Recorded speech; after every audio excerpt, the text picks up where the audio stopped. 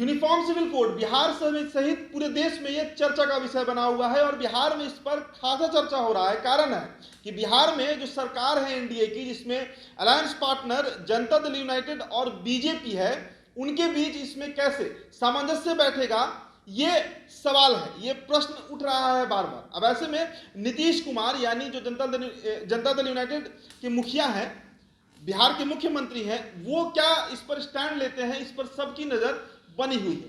अब देखिए 23 अप्रैल को जो वीर कुंवर सिंह के विजयोत्सव का एक भव्य आयोजन किया गया था बिहार के भोजपुर जिला के जगदीशपुर में, जिसमें करीब 1.5 लाख की भीड़ जुटी थी।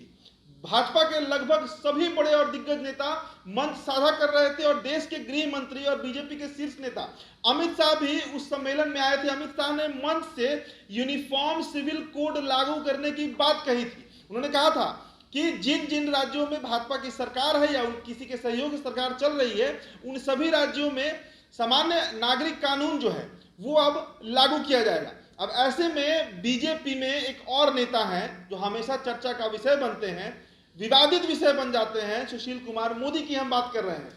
हर बार उनके अगर आप ट्वीट को देखें, उनके बयानों को देखें, तो ये लगता है जैसे वो बीजेपी के नहीं बल्कि जनता दल यूनाइटेड के प्रवक्ता के रूप में काम कर रहे हैं। ये उनका नीतीश प्रेम है जो कई वर्षों पुराना बताया जाता है। 2005 में जब बिहार की सरकार बनी तो पहली बार उप मुख्यमंत्री बने सुशील कुमार मोदी और लगभग 2020 के विधानसभा चुनाव परिणाम आने तक जब भी एनडीए की सरकार रही बिहार में, हर बार उप मुख्यमंत्री सुशील कुमार मोदी रहे, नीतीश कुमार के करीबी बताए जाते हैं।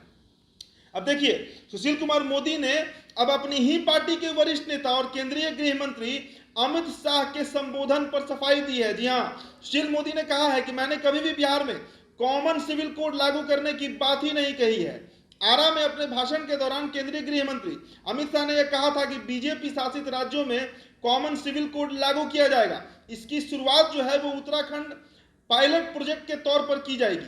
आपको बता दें कि सुशील कुमार मोदी ने कहा है कि राम मंदिर, धारा 370, 3 तलाक और कॉमन सिविल कोड जैसे मुद्दे पर बीजेपी की राय अलग है।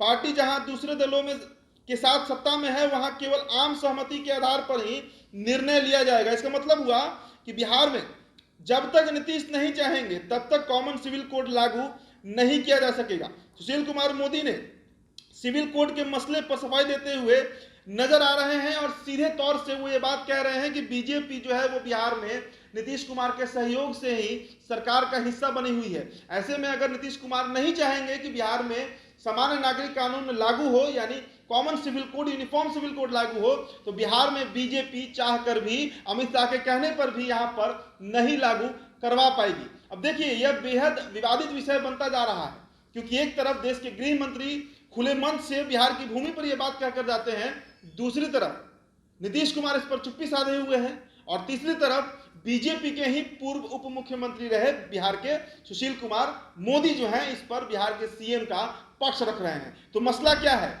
ये बिहार की जनता जानना चाहती है, हम भी जानना चाहते हैं और हमें इंतजार रहेगा कि आखिरकार यूनिफॉर्म सिविल कोड पर बिहार के सीएम क्या कहते हैं। फिलहाल इस खबर में इतना ही। आप ये वीडियो द इंडिया टॉप पर देख रहे थे। मेरा नाम उदित तारण है। बहुत बहुत शुक्रिया।